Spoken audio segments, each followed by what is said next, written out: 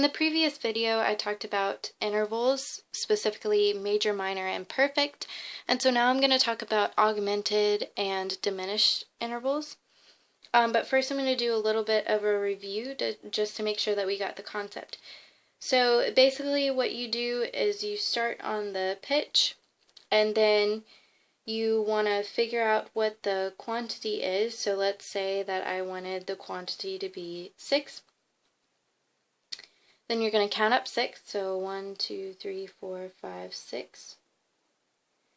And let's say that I am asking for a major 6.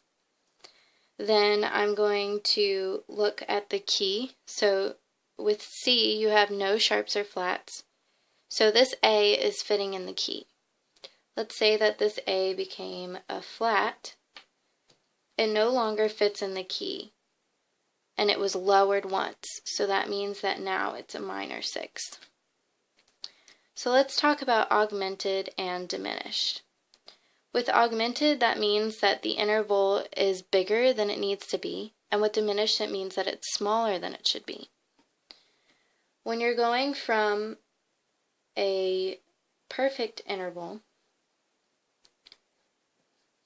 you can only be augmented or diminished from that point.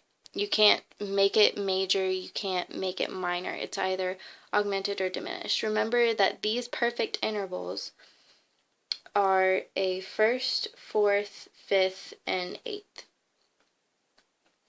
So if you're going augmented, that means that you raised it, and if it's diminished, that means that you lowered it. So let's take an example. Let's say that we have a D and we want a perfect octave. So all we do is go up the octave and make another D. This would be a perfect octave. If this D was raised, that would make it augmented. If it's lowered, that would mean that it becomes diminished. Now let's take another perfect interval. Let's say a unison, a perfect unison.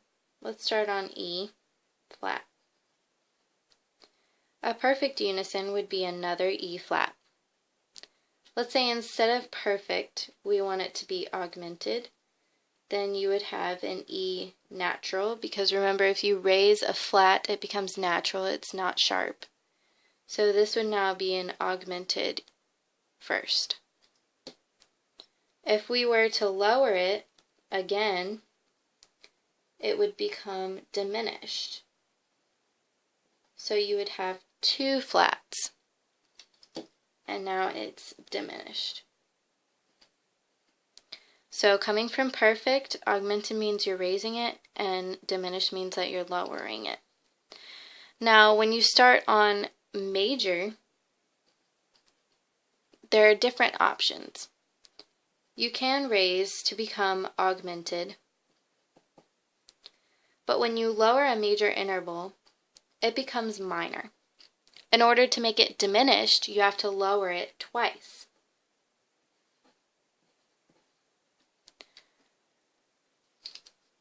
So let's take an example. If we have D to F, let's see what the quantity is. 1, 2, 3. So this is a third. Now let's figure out what the quality is. In D major, we have 2 sharps, F sharp and C sharp. This F is not sharped, so therefore this would be a minor third. If we wanted it to be diminished, we would have to lower this yet again, and then it would become a diminished third. Now let's take the same interval, and this time we're going to make it augmented. So we started out with a minor third, like this. Then we need to raise it, which makes it major. Then we need to raise it again to get it augmented. It's already sharped. So what you do when something is already sharped and you need to raise it again, it becomes double sharped, which looks like this. When something is double sharped, it has an X, not two sharps, just an X. When it's double flatted, it's two flats. Means it's been lowered twice. But if it's raised twice, it's an X. So this is the spectrum of accidentals. Double flat to a natural, to a sharp, to a double sharp. That's the order in which they go. So now let's talk about an interval in particular that's very important. This interval is called the tritone. With the tritone, you have two different options that are enharmonically equivalent. You have a diminished fifth or an augmented fourth. The diminished fifth means that you're going to be lowering something, and the augmented fourth means that you're going to be raising something. So let's take an example. Let's start on E this time. And we know that we need a fifth, so let's count up 5. 1, 2, 3, 4, 5. We land on B. In E major, we have 4 sharps. F, C, G, D. B is not sharped, so therefore it's fitting in the major key right now. But if we're going from major to diminished, it needs to be lowered twice. So therefore,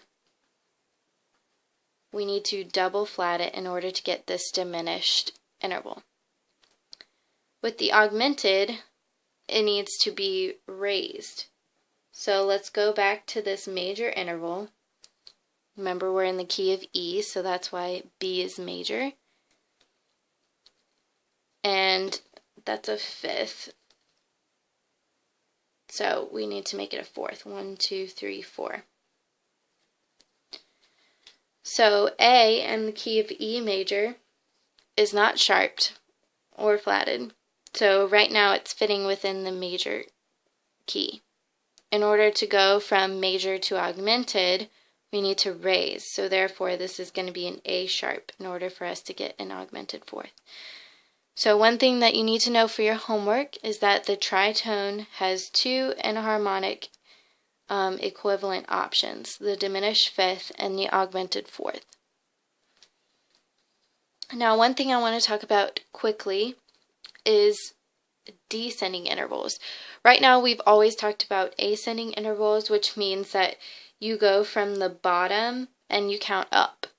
Now we're going to talk about going from the top and going down to the bottom.